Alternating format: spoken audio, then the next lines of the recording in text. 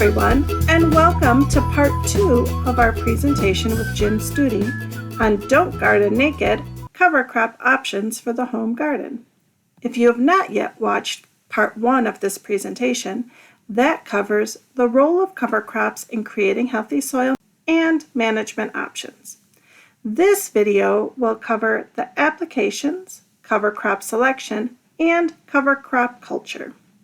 My name is Joanna Salinas, and I'll be your host this evening. I am the Outreach Coordinator with the Waukesha County Green Team. And without further ado, I'd like to welcome back Jim Stute. All right, so before we talk about specific species, let's talk about strategies. Instead of me saying, hey, use these things in the garden. Well, where are we going to use them, Jim? So here are the most likely places you're going to use them. In fact, I think this captures all of them. Planting before summer species. So here we're going to use a winter annual or a cool season annual, and we're going to plant it before we plant our garden. That's the first picture here. So I told you at our soil health talk a couple months ago, I was going to do this in my garden. The reason I did that because I knew with the farm and my professional activities, I wasn't going to get to gardening till June 1st. I had 60 days to capture solar energy, but also 60 days that my soil was prone to erosion and raindrop impact. Well, that's pretty much a joke because we know how much or how little rain we got there, but still I wanted those living roots for soil health reasons. So I planted a cover crop, and then I came back in to plant my garden species later. I used a winter annual, I used winter rye. I did that knowing that the rye would eventually die, but I get impatient, and so I terminated it with Roundup, knowing that the residues of the Roundup are going to break down well before coming into contact with both myself when I'm out digging in the garden, but also any plant species that I may be planting. So the other thing, and I didn't think about this, Jim, why don't you use those residues and just transplant into it? I didn't do that. I did a light tillage. That was a big mistake. I'll show you the picture of the residue up close, what I should have left. All right, the next is harvest after or plant after harvest the summer crops. This makes sense for the early season species that we may be growing. So the cool season species, we're done with them, even if we're succession planting. I am really tongue-tied tonight, and I apologize for that. Succession planting of garden crops, we may be done by August, we may be done by September. From a cover crop standpoint, that's still early. There's still plenty of time for growth, especially with the cool season species. So this is the most likely application and when we really need it, because we're going to be removing those residues from the garden. Remember, sanitation for a disease prevention standpoint. So this is when we really need cover. Interseeding, likely application. You can't see the picture probably with the Hollywood squares there on the right of the screen. So I've got a picture of sweet corn and a species that we've interplanted in it. So that's a likely candidate. So I thought about this, Jim, I thought about it from a conservation standpoint, and I've also thought about it in agronomic standpoints. Corn is the best conservation crop we have. Why? Because it produces a lot of biomass. And if we just leave that residue on the surface like we do in no-till, why would you think about planting a cover crop in there? Well, the answer is obvious. The corn crop dies, it dies before harvest, so it's dead. We don't have the living roots. So what this really gets at is the living roots. The plant dies, the corn plant dies. If it's sweet corn, early planted sweet corn, it's going to die in July, late July into September. But the growing season goes until, especially for cool seasons, well into October, maybe even November, depending on the year.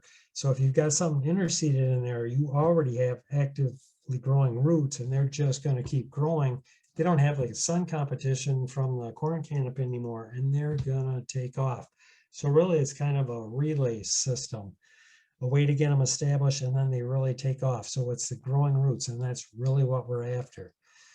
In my professional work, and I shouldn't add this because I'm running low on time, but in my professional work, I used to scoff at planting rye after corn. Why? Because you got all that biomass. From a conservation standpoint, it makes no sense. No, Jim, sucking up the nutrients, the living rye roots, and then using it to suppress weeds in soybean the next year. This is like the perfect cover crop system. That's what I'm working with professionally.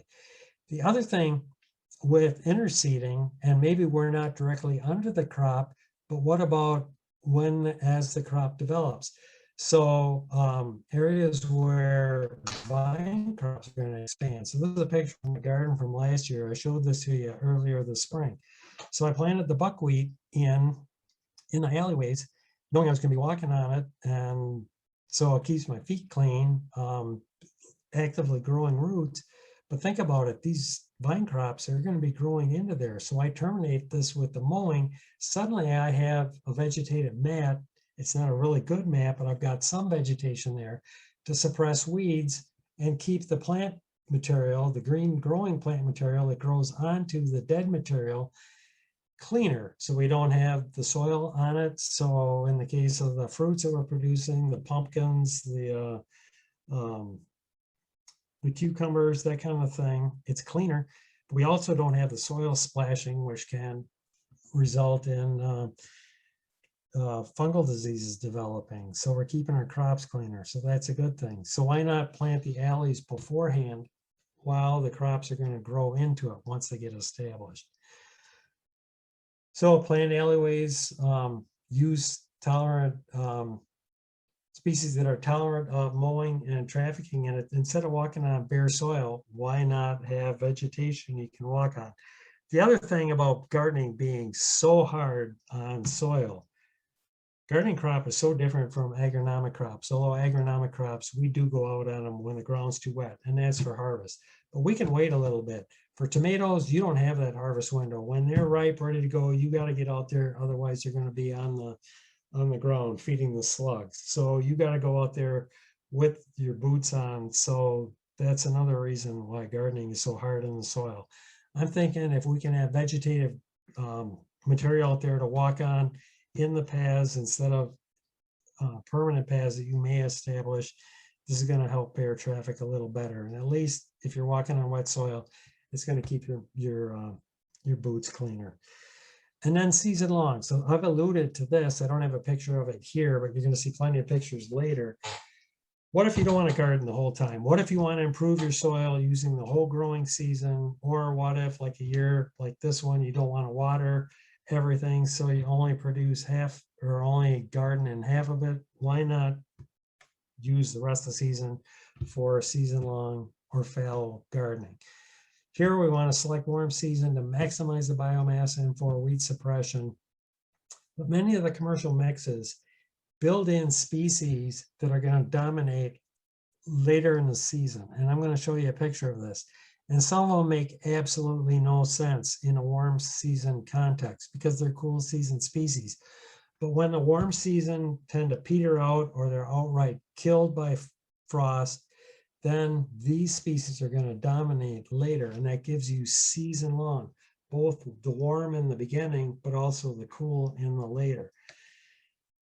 The other option is planting in succession. If you don't want to use a full season species, plant in succession. And I've done this in research settings. My watershed group, we're doing this year for a demonstration. Plant a cool season really early, let it die out or terminate it chemically, plant a warm season that can take advantage of the heat and hopefully the moisture. And then when that one peters out, if you're not using one of these commercial mixes that have the specs of the mix of the warm and the cool, then plant back a cool season and go from the killing frost up until actual freezing shuts them down in December. All right, so which cover crops are suited best for home gardens? Let's start with the simple list. So this comes right out of my extension publication, Cover Crops for the Home Garden. There are many options that are available out there and used on a larger scale both organically and conventionally, but they may not be appropriate for the home garden because of some of the issues I talked about. Inability to manage the residue, inability to terminate them, where you don't have the herbicides that a farmer has or the equipment to manage it. So the short list that we developed for the beginning home gardener, but they still work in the garden of people that are experienced with them, and I still use these in my garden. They will winter kill. The above ground biomass is manageable. You get the active root growth and the magic that works in concert with the soil biology, but the biomass is manageable. So you can mow it with your riding mower or a hand mower, push mower. You don't need a bush hog to do it. And there are minimal, with the one exception, which I will draw your attention to, pest or disease interactions. So here's the list. The forage radish, I showed you a picture of this earlier. This is a cool season annual. It's not the time to plant this now. It's a broadleaf. You get a lot of really good soil cover early. It's got a large taproot, so it'll break up deep compaction, and it's edible.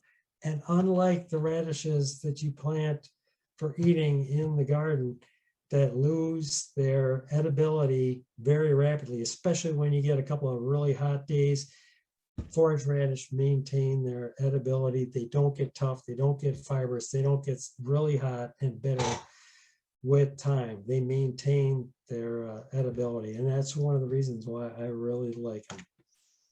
Rake Clover, another cool season annual. Don't think about planting it right now. Think about August, after maybe August 15th. It's a broadleaf, so it'll spread out a little better than a grass species. It's a legume, it'll fix nitrogen, and it's got taproot. So it'll break up compaction in the top 6 inches, but if it needs moisture and it chases it, it'll go deeper and break up deeper compaction, creating biopores. Soybeans. So this is a warm season annual. This is one you would consider planting right now. It's a broadleaf, so you get fairly rapid soil cover because it's a broadleaf. It's a legume, it'll fix nitrogen. It's got a taproot, it'll break up compaction, both in the topsoil, but deeper. And this is also edible. Like I alluded to earlier, the deer are out there eating my leaves right now. And I think because they just don't have natural forage to feed on, I think they like feed them on just to irritate me, because they know that I and my party, my deer hunting party, have had very limited success in the past couple of years. And so I think they're just out there mocking. And I saw a couple of them cross the road right in front of my picture window just last night. I was like, you effers, I'll be out there later this season. These can be edible, not in whole plant form like the deer, but as edamame. So right now, the soybeans are in blossom. That means they're going to start producing pods. You get those pods when they got those immature seeds in there. You boil them or steam them for a very short duration. If you boil them, throw some water in there. Edamame, perfect to go along with the beer that Homer Simpson and the rest of us enjoy on a hot summer day. Buckwheat. So here's the exception to the pest issue. Warm season annual, it's a broadleaf, it spreads out, it covers the soil surface very rapidly. It has a fibrous root system. Despite what rural myth says, it is not a deep-seated species. I will show you the rooting system in just a minute. It has very rapid growth. If you need to produce cover now, this is the one to plant. I joke to my farmer audiences that when I'm planting it, I can be making a pass, first pass in the field, I turn around in the headlands, I turn back, the pass that I just planted is already out of the ground. That's how rapid they germinate and emerge. It's actually not that quick, but they can be out of the ground in 3 to 5 days with soil moisture, and you can have complete canopy within 2 weeks of planting. So really good for producing soil cover. Couple of problems.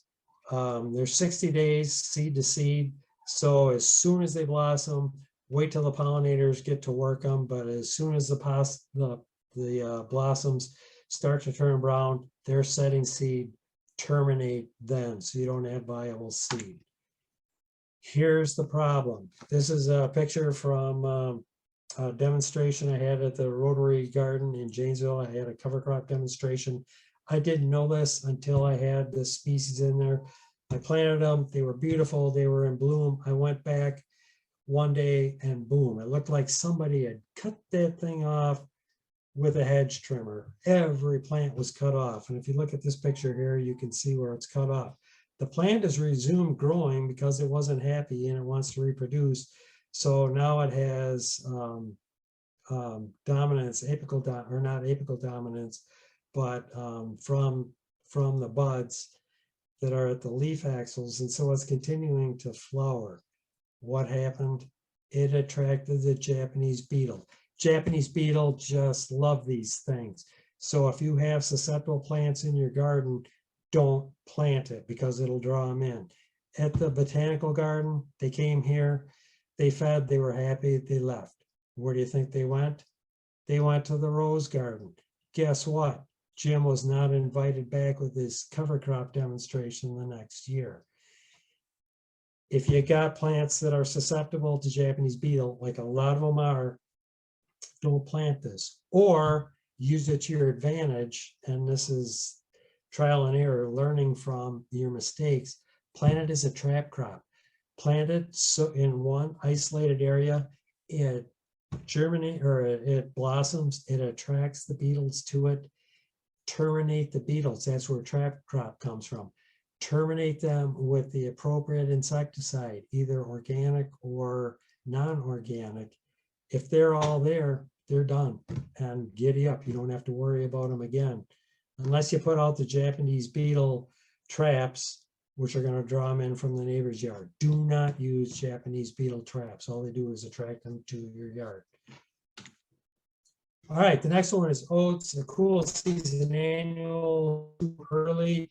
It's a grass. It's got a very fibrous root system. It'll break up tight soil where the vegetable crops are rooting. I really like this one. It is cheap. You can throw it out and even the most adverse conditions. And if you don't get a cover crop, but I guarantee you're going to get it with oats. But if you don't, throw out some more seed because it is so cheap. All right, selecting which to use. So in the handout, I have a selection matrix, or the handout, the extension publication. There is a selection matrix, which is based on what you're really going for. All these options are going to provide soil cover. So then the selection is really based on the follow. When are you planting? Warm season or cool season? Now you want to plant a warm season. If you're planting mid-August into September, then you want a cool season. Do you need to replenish nitrogen? If the answer is yes, you're going to plant a legume. If the answer is no, then you plant a non-legume or a productive legume. But in general, as plants are concerned, and I hate to stereotype, but it's true, legumes tend to be less productive from a biomass production standpoint than non-legumes. The reason for that is nitrogen fixation itself takes a lot of energy. So it's a symbiotic relationship. The legumes provide the energy to the bacteria in the symbiosis. It comes from photosynthesis. When they're doing that, they can't use that energy for their growth. That, and this is, I'm up on my soapbox now, you can't tell it, but let me elevate a little bit in height. I'm on my soapbox.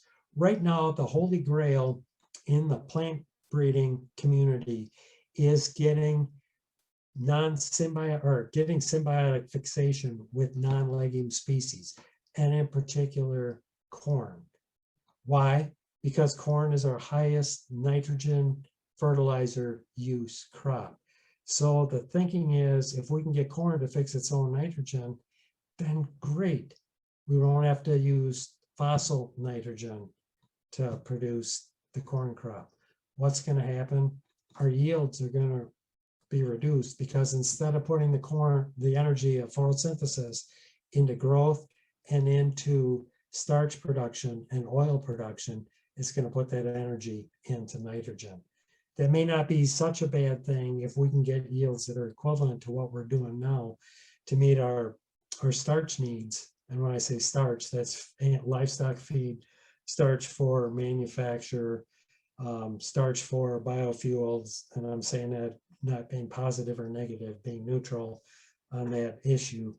But you're taking away the ability to produce one thing to substitute for another. So if we can use other forms of biological fixation, like cover crops, like biological fixation, then let's do it. All right, so last question. Is your soil tight in the very top, or do you have compaction further down, and in particular, layer compaction? If you're tight in the top, plant fibrous rooted species. If that's not an issue, you've got compacted layers, plant something that's got a taproot. This is the picture of buckwheat. A lot of very fine fibrous rooting system. I don't have something to scale it with. If I had, say, a quarter, see my little circling here? Can you see my circling on your screens? My circling, that's about the diameter of a penny. Maybe this shows up in a later slide or not. They don't go really deep. It's a rural myth or a rural legend that buckwheat goes down 20 feet into the soil and will bring up all that mineral phosphorus to make it available to the next crops. Don't believe it, folks. It's all contained right there in the topsoil. If you don't believe me, if you plant buckwheat, pull it up and you'll say, I don't know how this thing can survive, how it can produce so much biomass up above ground with such a small rooting system. All right, so here's a picture of the matrix to help you figure it out. This is right out of the publication, Warm Season. It tells you want to smother weeds or loose and tight soil, plant buckwheat. You want to fix nitrogen, plant soybean. Cool season, loose and tight soil, oats. If you want to alleviate deep compaction, plant radish. If you want to fix nitrogen, Rake Clover. So that's pretty black and white, huh? It is. Single species, they are great. It makes making recommendations easy. It makes research easy. Researching cover crops for the longest time, people just did single species. Why do that? Because it's easy. Because you can attribute cause and effect. I'll tell you, folks, from someone who's taken thousands of biomass samples to qualify and quantify biomass production, it's a lot easier to cut a single species. You just got to separate out the crop residues or the weed residues. You don't have to worry about separating out species A from species B, species C to see who contributes the most. That's what graduate students are for. But for some of us that were graduate students or do the work ourselves because we like to be hands-on and like to see what's really going on out there. So we don't have graduate students, we do the work ourselves. It's labor intensive, but people are doing it. And I am now starting to do it. And that's one of the reasons you're starting to see more recommendations and more reference to mix. The other thing about species mix is from a biological standpoint, diversity, like NRCS said in one of my first slides, species diversity. Diversity cropping wise, diversity in our mix. So along with the diversity comes all sorts of magic.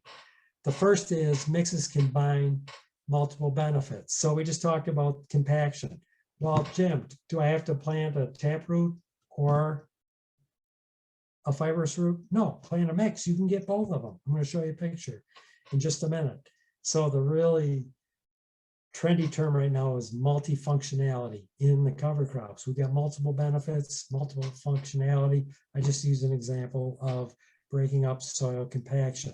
The other thing is just from a risk avoiding standpoint, we reduce the risk of failure should conditions favor one over another. Okay, in the garden, you're planting a couple of 1,000 square feet. If you have a failure, great, just plant another one. That's maybe not so great because you've lost that time that it took to figure out from planting until you figured out that you had a failure to replant. For a farmer that's planting a lot of acres, there's a monetary loss, both in seed cost and establishment cost, time and equipment. So that's another reason to minimize that risk. The other thing is, this gets to diversity. The overperformance in cover crops is well documented. If you plant species in a mix compared to by themselves, they tend to be more robust. There are now several studies that document this robustness, and it shows that within the mix, the individual plants are larger, have greater dry matter yield than if they were planted in a single species planting. And the way this work is done, you plant them all together in a mix in the appropriate seeding rate, and then the components of the mix by themselves also at the appropriate seeding rate to get the same plant population. They always, single species always overperform in a mix compared to when they're planted alone. And that's just synergy. And let's just call it the magic of cover crops. I'm at a loss to explain it scientifically, and I have yet to see any scientists really explain it. Here's the other thing. Many commercial mixes, and I'll show you a picture of this in a minute, commercial mixes have staged performance. So there's a range of species in there. Some are going to do better now. Some are going to do better later on. And the best example is warm season species. You plant a warm season mix, you're going to expect a lot of warm season species to say giddy up and get after it right now. That's the warm season grasses, the sorghum sedans, the millets, the warm season legumes, the cowpeas, sun hemps, the warm season species. All those species are going to die either when they see frost is in the forecast or when they actually experience it. They die, like right now. They're not tolerant of frost. So the stage performance is the species that don't really seem to make sense when you look at the seed tag, but later on, they've gotten themselves established under the cool seasons or under the warm season species. And then as they decline or as they die outright with frost, then they are the ones that take off. So a commercial warm season mix actually can take you to the end of the year because of the staging. From our list, simple mixes are possible. If you get the seed, you can just mix it by hand. Oats and Berseem, wonderful mix. Oats and radish are another mix. I'll show you my preferred cool season mix that I mix up myself. If you're making a mix, how do you do it? It's really simple. You mix them up, but how do you know? Because seeding rates are based on pounds per 1,000 square feet or pounds per acre, but I've converted it in the chart to pounds per square or per 1,000 square feet. Take the seeding rate of the individual in the mix alone, and then divide each individual by the number of species that are in the mix. So an example of oats and Berseem, I've got 2 species.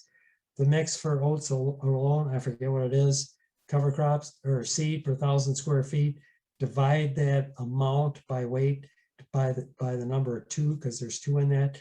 That'll tell you the oat contribution to the mix. Same thing for the Berseem clover.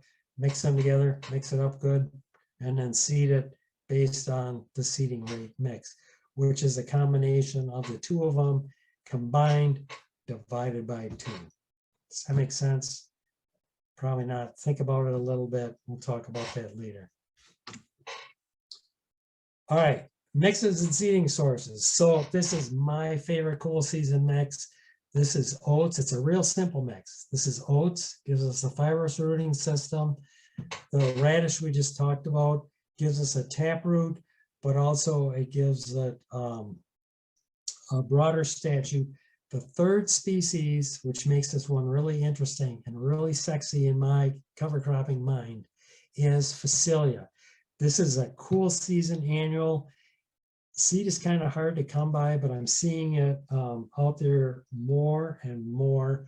Why I like it is this one will blossom. It has very showy, beautiful flowers that attract pollinators right at the time of year in really late summer into late summer, early fall, into later fall, when all the pollinator species are done. this gives the pollinators something to feed on when everything else is done. And it is so beautiful. Just a beautiful, beautiful species. The other thing I like, this mix will totally winter kill. If you're a no-tiller or you want to do minimal soil disturbance, it's a dream to no-till into. It's a dream to do zone tillage, like transplanting, that kind of thing. But if you have to till the ground, the residues are friable, so they will break up, and it makes tillage, especially with a rototiller, or even with a rototiller, not especially. I use the R word. It makes it, it's allowable. It can do it. Deborah's typing, but I'm going to keep talking. Here's a warm season mix. This one has exactly what you would expect from a warm season standpoint. The warm season grasses, the sorghum sudan or the millets. It's got a warm season species here. The cowpeas. It's got some kind of brassica. Brassicas are kind of really hard to name or to pin down. I would categorize them as cool season, but a lot of them do really well. And think about it, they're southern, a lot of them are southern species. The brassicas in particular, totally lost that train of thought.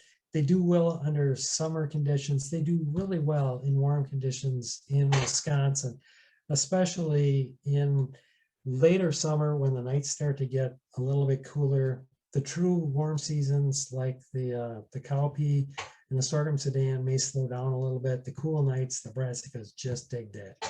Then look really closely down here. You may have to put your glasses on to see like I do, but there are some cool season species that came in the mix. So like clovers and stuff. So once the warm seasons start their decline, the cool seasons are going to take off.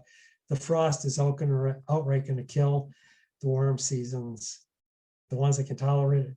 The brassicas and the forage legumes, they're going to take off, and there will be soil cover and actively growing roots until freeze up. Nature's mix.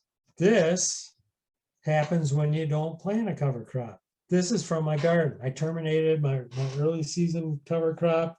I didn't do anything because I'm waiting for moisture so I can plant my warm season mix. What grew? Nature's cover crop. There's a lot of broadleaf species there. There's not a lot of grass species. There's a couple of foxtails here, but two things to notice.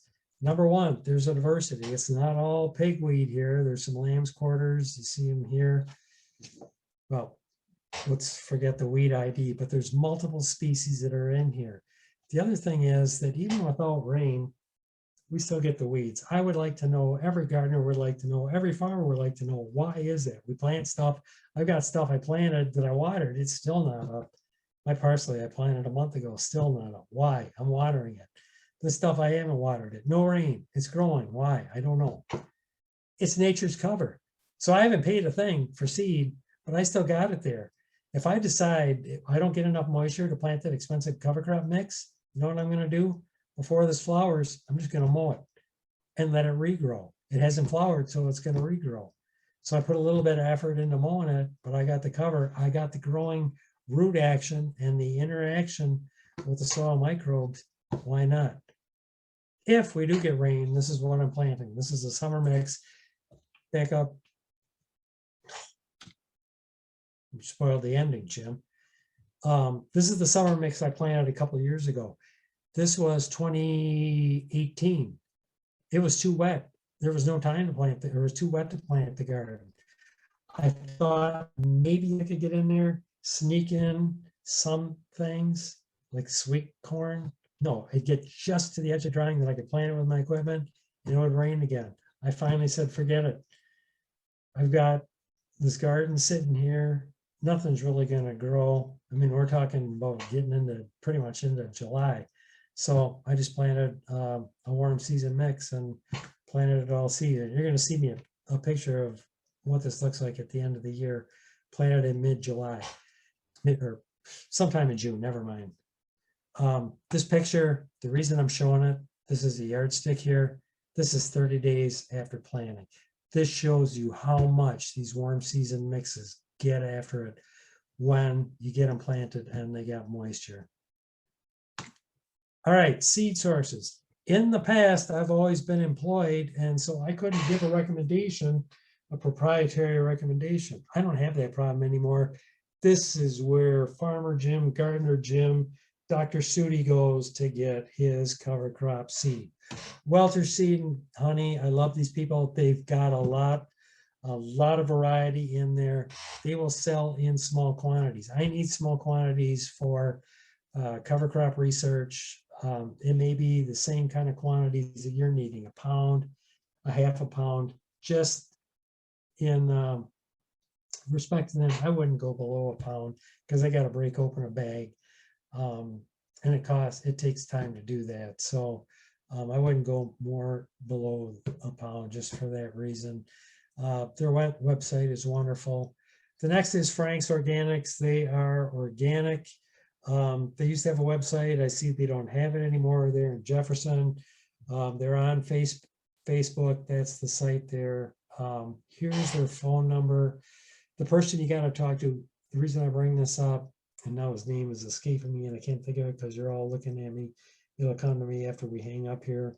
But that's their number. He doesn't work on Wednesdays because that's his day off, because he's out on Saturdays on the weekend beating the bush. But he's there, and primarily in the morning.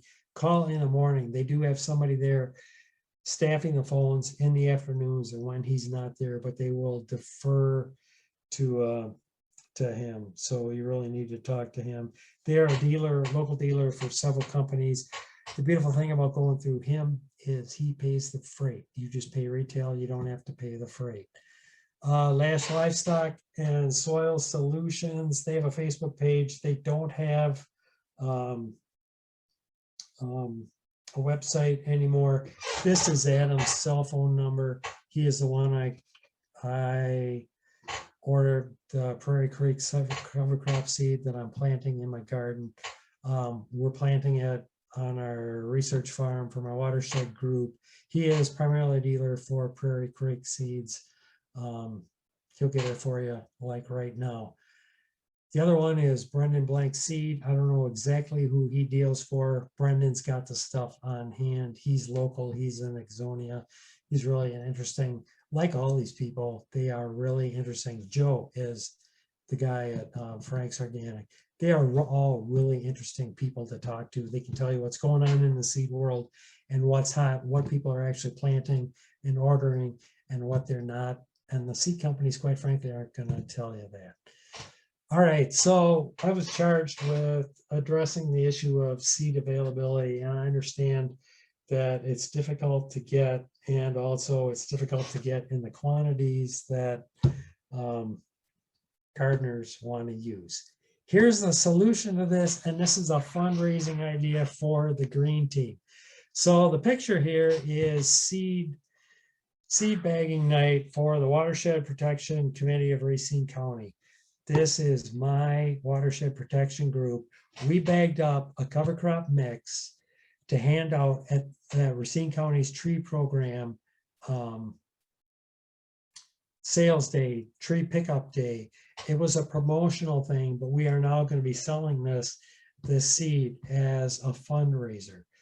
So the idea is you buy seed in bulk, and actually Adam donated several different pure seeds, and we mixed it to what we thought was an ideal blend for home gardeners, not only for the garden, but also to attract pollinators.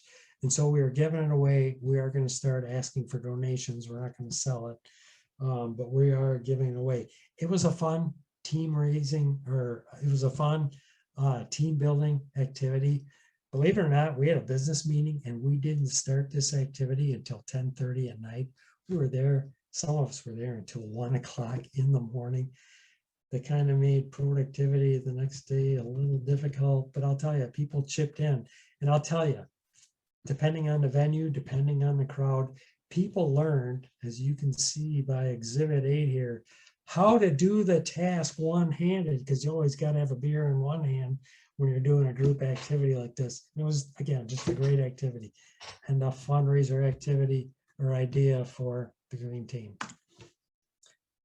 All right, planning and management, minimize soil preparation, because remember, using cover crops partially to build soil, excessive soil preparation may offset any benefit because you're going to burn up organic matter, because that's going to happen anytime you till the soil. All we're looking for is really good soil seed contact, but do you necessarily need that?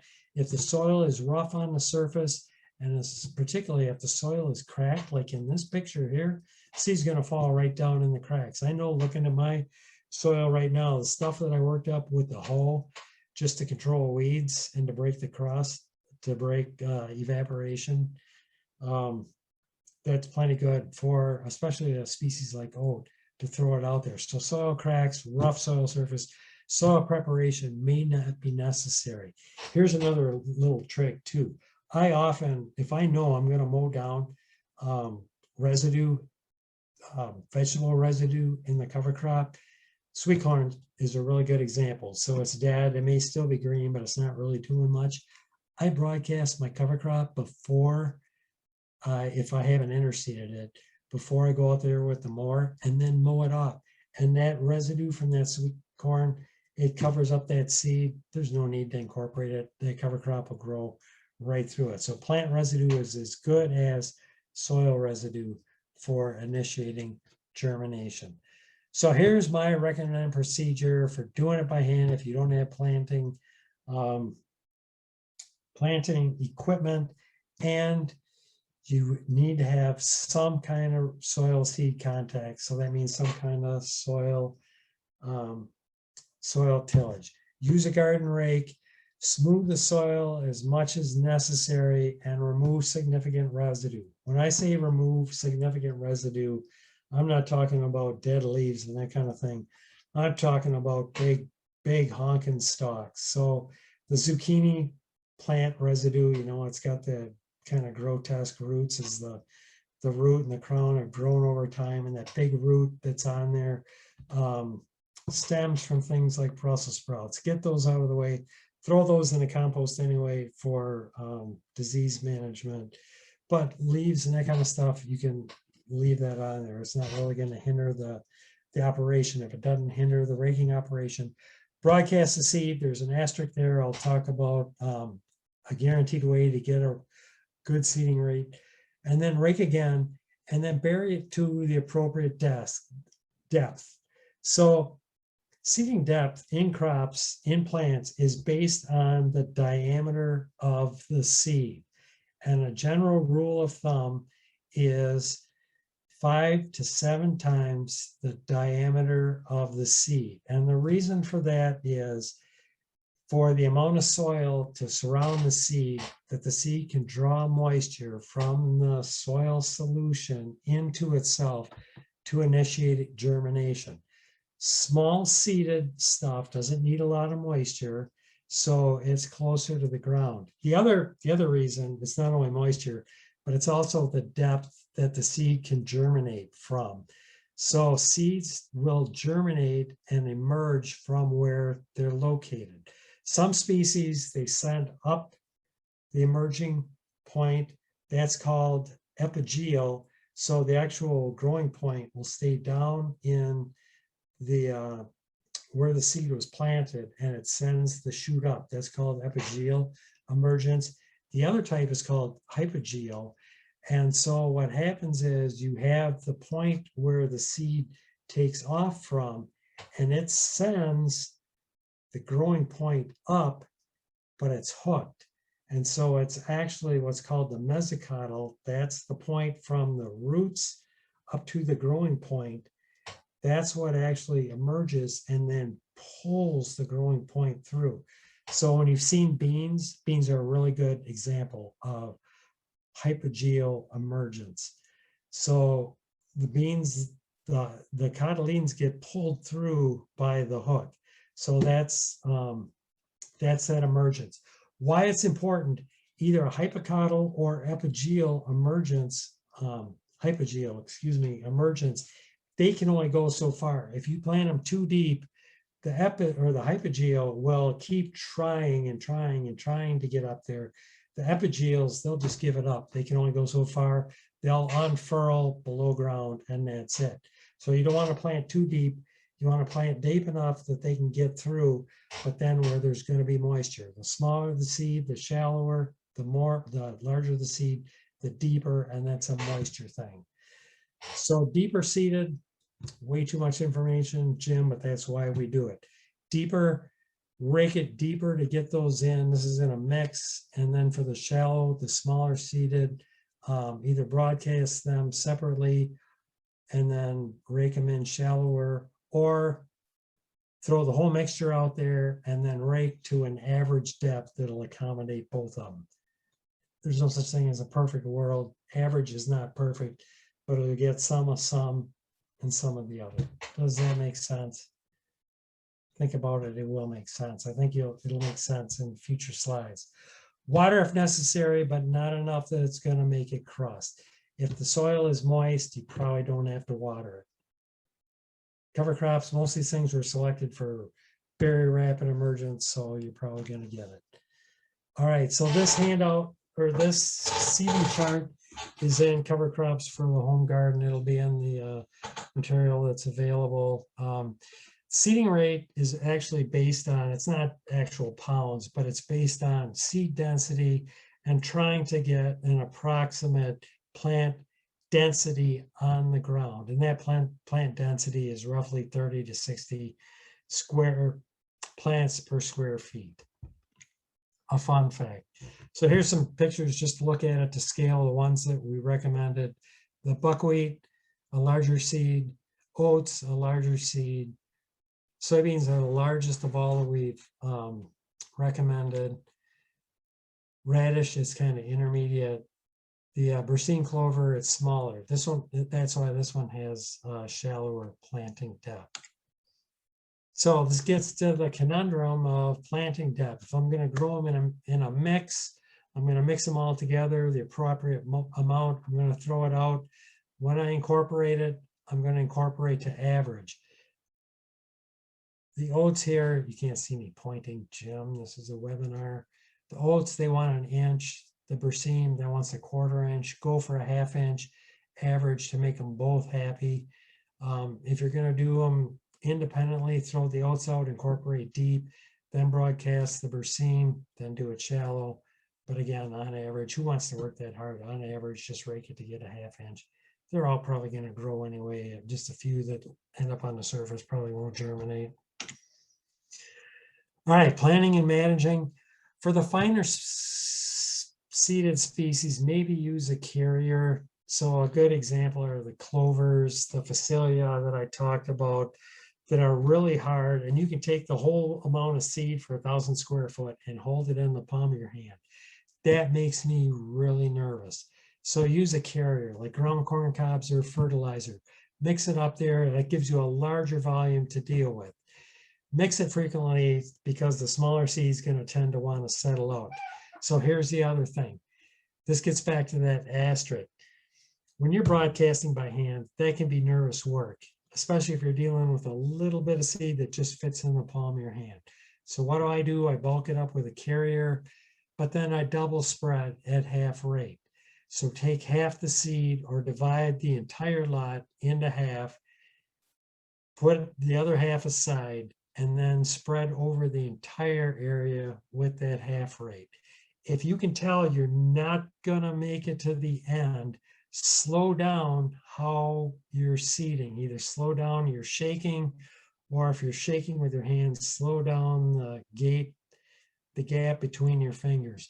If you're using like a jar, and I should have brought this, you know what I use? I use the old the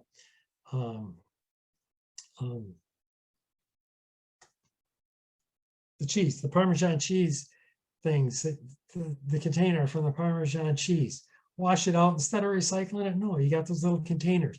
If those those little holes in there, if the holes in there are too much, and I do this, believe it or not, in federally funded research, I use that to apply materials.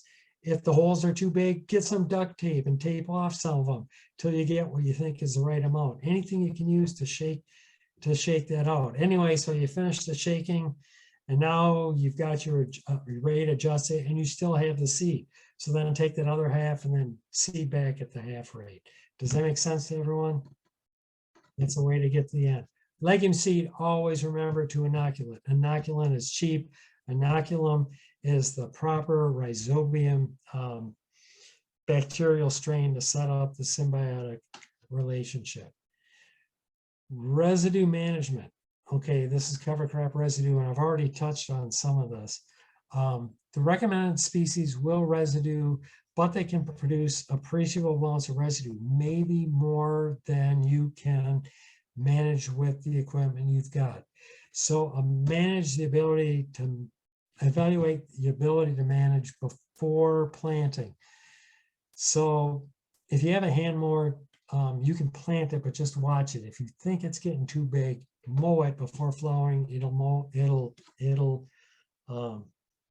regrow. You're not going to get a whole lot of biomass production, but you will get some of that dry matter that'll go back into building organic matter. The really important thing in this situation is keep those green, actively growing roots. Some of the residue is going to decompose over winter. This is if you let it grow and you didn't manage it. So think about that. You see a terrible mass out there, some of it's going to overwinter. It's naturally going to weather.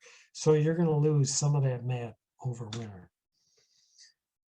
All right, termination. So this is a specific question that was asked of me. Cool seasons. Okay, so frost for the annuals. They will all kill eventually. Cool season species, though, are tolerant. They're going to grow into the fall. So just remember that. You get a frost, the oats don't die, don't panic. Or maybe rejoice because, hey, they're still growing. We got more growth coming. All right, herbicide. Excuse me for a minute.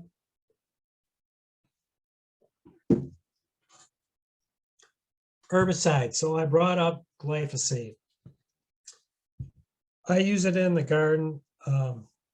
That's not a recommendation. That's a personal choice. Like I told you, I use it well before I'm going to have any vegetable crop that's going to be in there.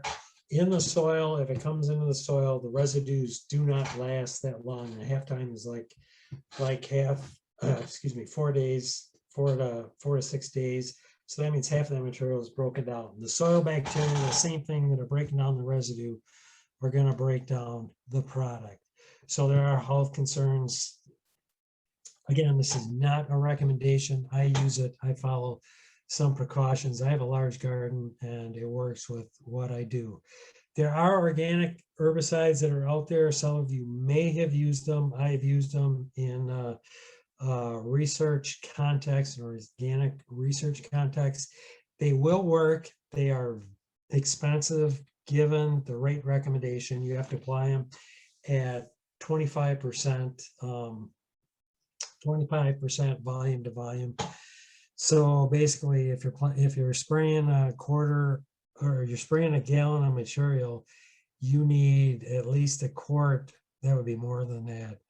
A third of that volume. But never mind, it's a lot of it. It's 25% of the spray mix is the product. Labeled rates are only effective on smaller plants, and I've learned this by doing it. We did a timing study a couple of years ago in, believe it or not, standing corn crop, and we learned that it will kill the corn. We thought maybe there'd be some tolerance, but it does kill the weeds. But once the weeds get above 3 or 4 inches at the labeled rate of 20% volume to volume, it won't work. So I'm kind of dubious on cover crops, but try it if you will. Clipping annuals and winter annuals, remember they must be in full flower.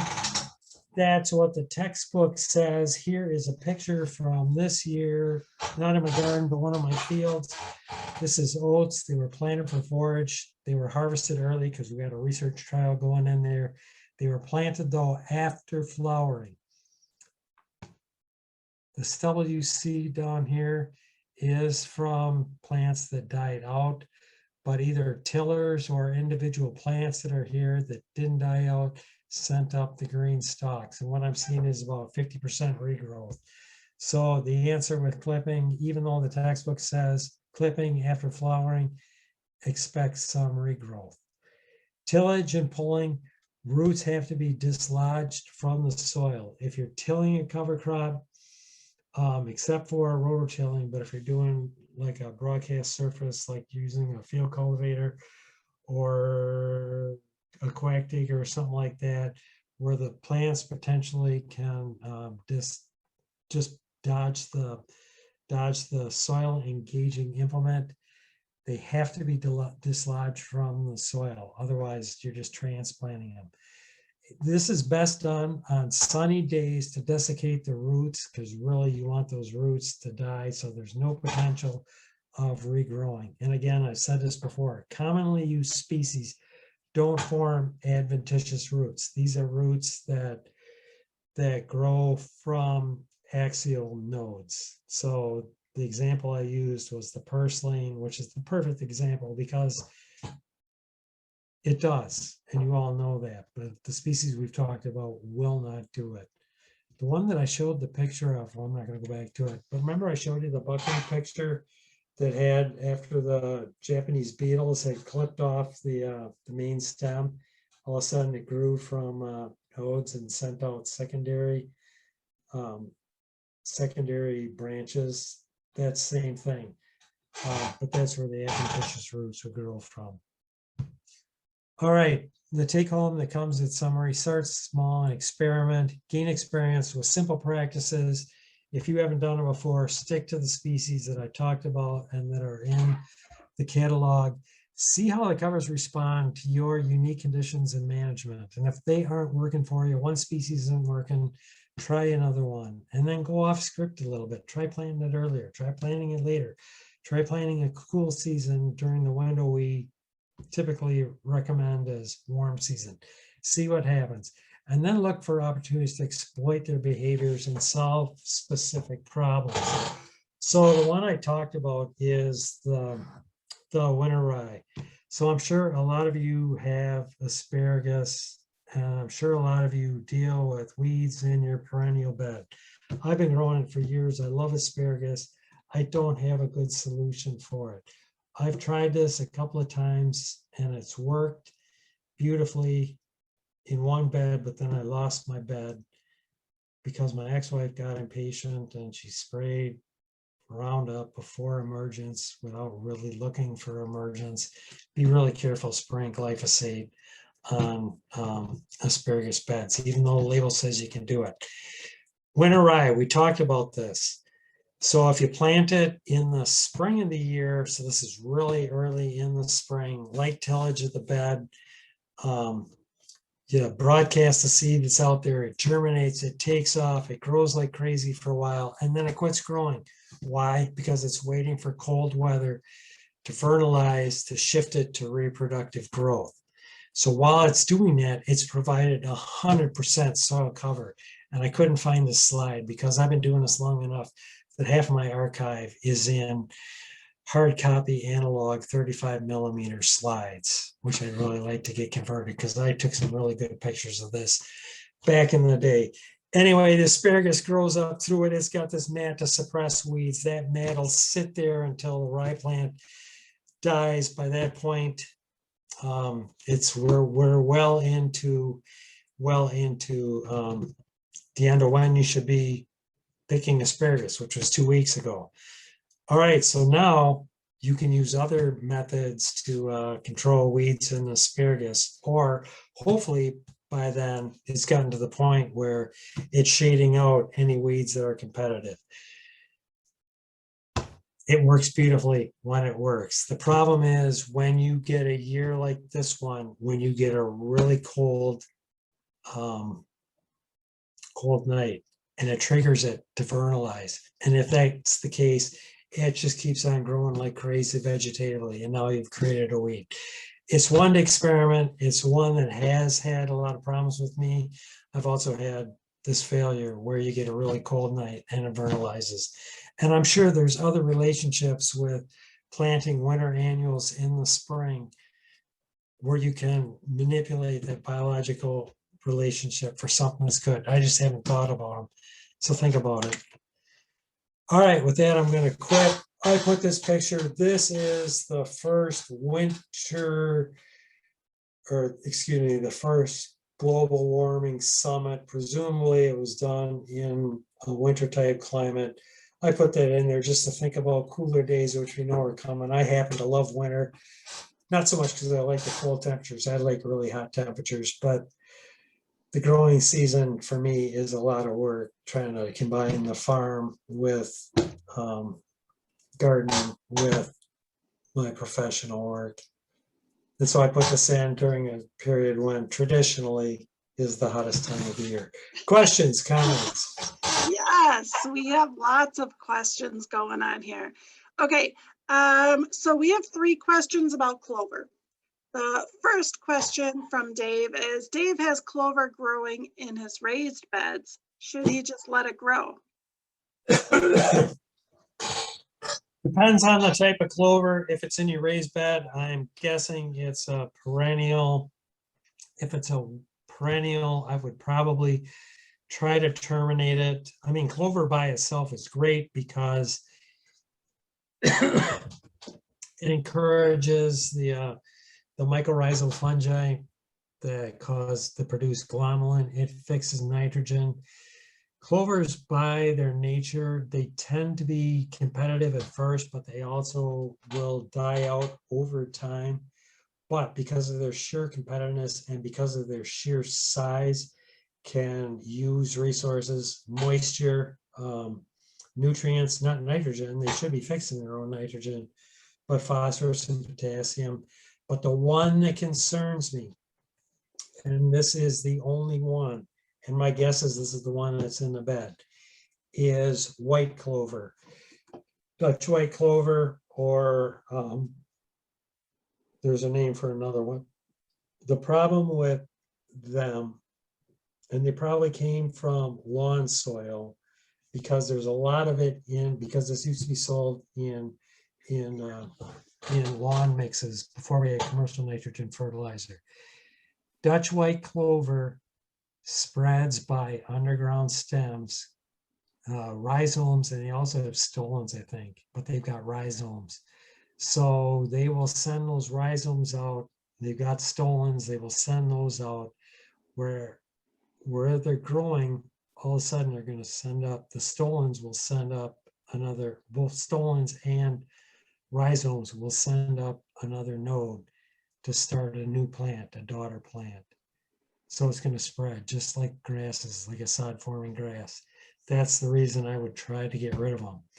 That being said, good luck, because they spread by rhizomes. You pull it out, you're not going to get all of them. So that's going to be something you're going to have to stick after, and it's going to be a manual job. Okay, well, that actually, our second question was about white clover. And would it be appropriate to plant it on a wood chipped garden path in a home garden? But it sounds like maybe not, because it's going to spread off of the path. Probably not, and it's because of that spreading. That being said, it is a real common, white clover is a real common alley crop in orchard situations, vineyard situations. They use a lot of it out in California, like in the almond groves and in the vineyards. And I've seen it used in vineyards here in Wisconsin. So, and it makes sense because it fixes nitrogen and it bears traffic well, and it's adapted to mowing. That's why it shows up in lawns and or stays in lawns, and why you see it in horse pastures, because horses graze really close. And so you may plant a really exotic, really expensive mix. What happens? The horses graze it short. You get Kentucky bluegrass and white clover. Leave it alone. That's for you horse people. A tip. Okay, great. All right, so last clover question. Do you have experience with crimson clover as a cover crop? And if so, does it die back in the winter completely? Is there a need to pull them, or will they just die over winter? I do. So crimson is a southern species. We think of it as a southern species. When grown in the north, it's an annual. 9 times out of 10, It's an annual when grown here, so it will winter kill. Down south, it's a short-lived perennial. As a species, I like it. So at the time we wrote the cover crops for the home garden bulletin, we hadn't experimented with it or not. Crimson has the advantage over Berseem in that Berseem tends to be more upright growing, and it's got a taproot.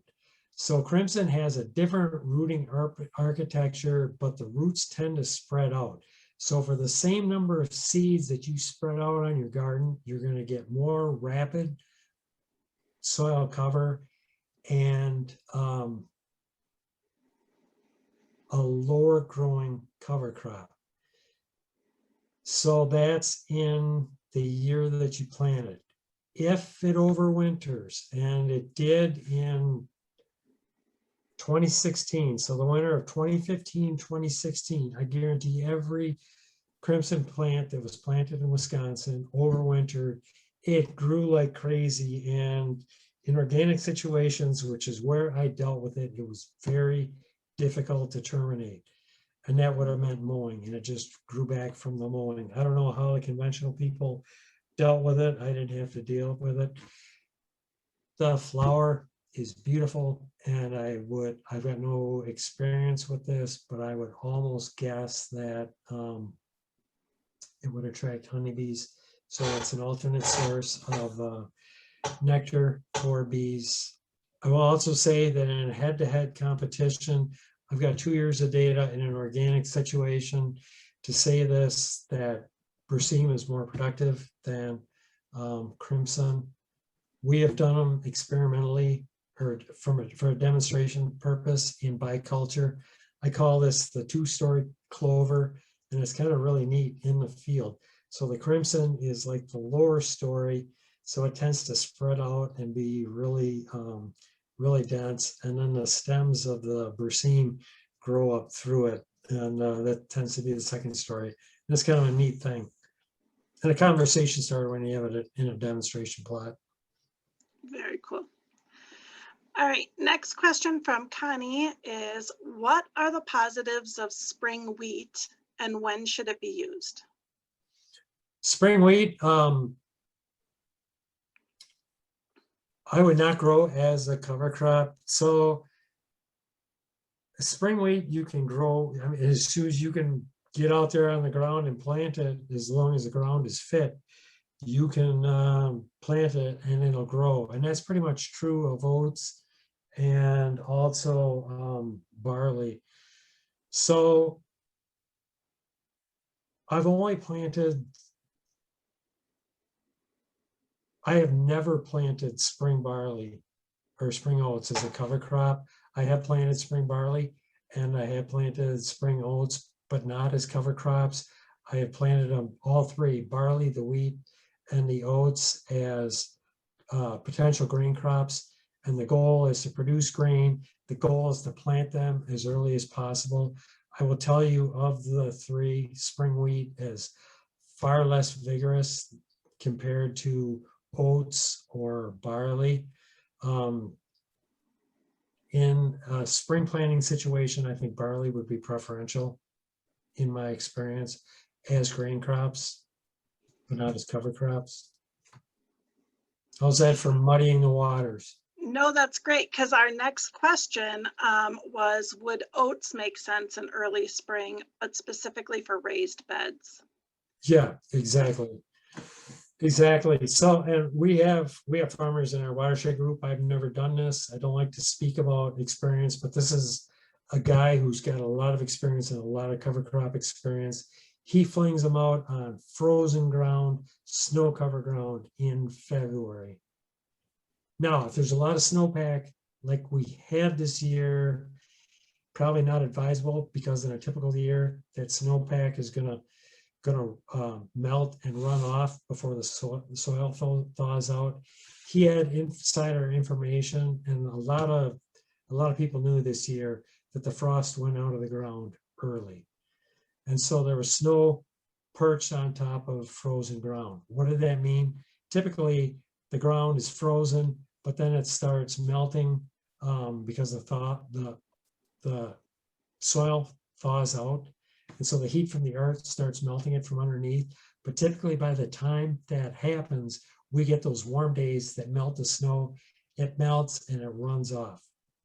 So that happens with or before the ground thaws out. When that happens, you have runoff. This year, we had a little bit of frost early and then it went out. So as the snow melted, all that water, and this is a lucky thing for us, what turns out to be a minimal amount of water, it amounted just a couple of inches of rain equivalent, ran into the soil. He knew that, so he went out and he's like, he was recommended. It's like, get out there and get those oats on the ground. It's going to get in the soil, on the soil surface, and it's going to germinate right away. And sure enough, that happened. So I would watch it. If you know the frost is out of the ground, fling those oats, fling the other cover crop out there when there's still snow on the ground. If there's just a little bit of snow, do the same thing. A couple of inches, don't worry about it. You get a melt and then you get snow on there, throw it out there. You got bare soil, throw it out there. Either oats or the barley. Those are hardy species. Excellent. And then Matt wants to know, and maybe this is in some of those handouts, are these particular cover crops, are they all sun, shade, a mix? What do they prefer? Typically, I didn't cover that because the presumption or the assumption is vegetable garden, it's as full sunlight as you can get. So my garden is admittedly the majority on average is full sun, but full sun, the definition of full sun, I forget the horticultural definition. It's like 8 hours. So this time of year is when we have 16 hours of daylight, I get 8 hours of sun, but portions of it are going to get shade because I got trees that grow right along the side. Well, you've seen pictures. I got a couple of big oak trees. All the cover crops, even though I have the shading, they all grow well. Okay. I said way too much. Don't worry about it. Your garden, if you grow vegetable crops, you can grow cover crops. Okay. And then the last two questions are both on Phycelia, if I said that correctly.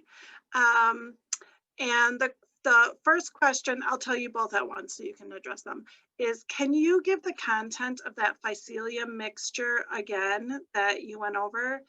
And then the second question is, will the Phycelia flower going to seed be an issue the following year?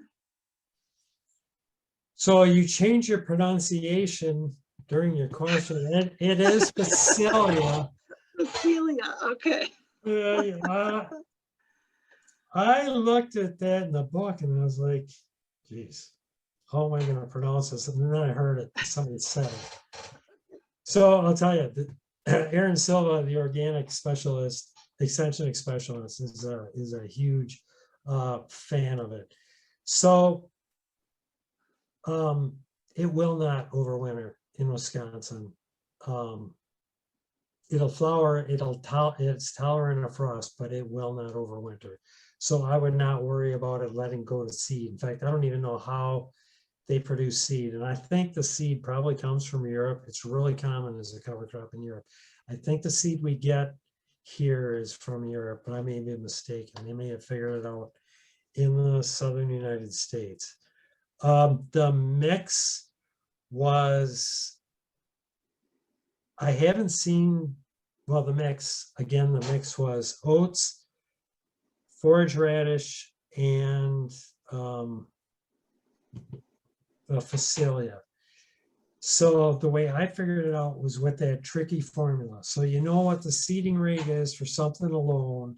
If you put it in a mix, you look at the number of components of the mix and you cut the contribution by that number of contributors to the components. So let's go with a three-way, not the two-way example. So I've got oats, I've got Phycelia, I've got the forage radish. So I've got three components. I take the oat seeding rate. Let's say it's 6 pounds per 1,000 square foot. So it makes up 1/3 of the mix. So I cut that by, or I divide that by 3. So I get 2 pounds. Does that make sense? Mhm. Third of the mix, divide by 3. Same thing for the radish. Same thing for the Facilia. Now, that being said, I cannot tell you exactly what the seeding rate was. I'm going to say off the top of my head, it was 20 pounds per acre. So on a let me research that and get it back to you. So Okay. what I'm going to do tomorrow morning is I will look into that. I will look back in my records to see what I did. I will get back to you, and I will get it to Joanna for putting on the website. That Deal? would be fantastic. Yes, that's a great deal. Thank you. I can only see 2 talking heads and both of them are nodding. So I will do that. Here's the other thing about seeding rates. In the home garden, you're not spending thousands of dollars, which could impact your bottom line like it is a farmer. If you want to go a little heavy, there's no sin in that. And there's a natural attrition that occurs. Plants know when there's too many of them within a species. And so they naturally, some of them will thin out and die. Stands will thin out and die. So don't worry about it. I always err on too heavy versus too thin. Excellent. Excellent. Well, Jim, I want to thank you so much for spending all the time here with us this evening and teaching us all this really great information. And I want to thank all of our participants for hanging on this long and soaking up all this knowledge from Jim. This has been a fantastic evening. So again, I will send out the information tomorrow. If you happen to be watching this on YouTube, but down below in the comments, I will also post all of these links and you will be able to get that information. So, all right, well, everyone have a good night and we will see you again soon.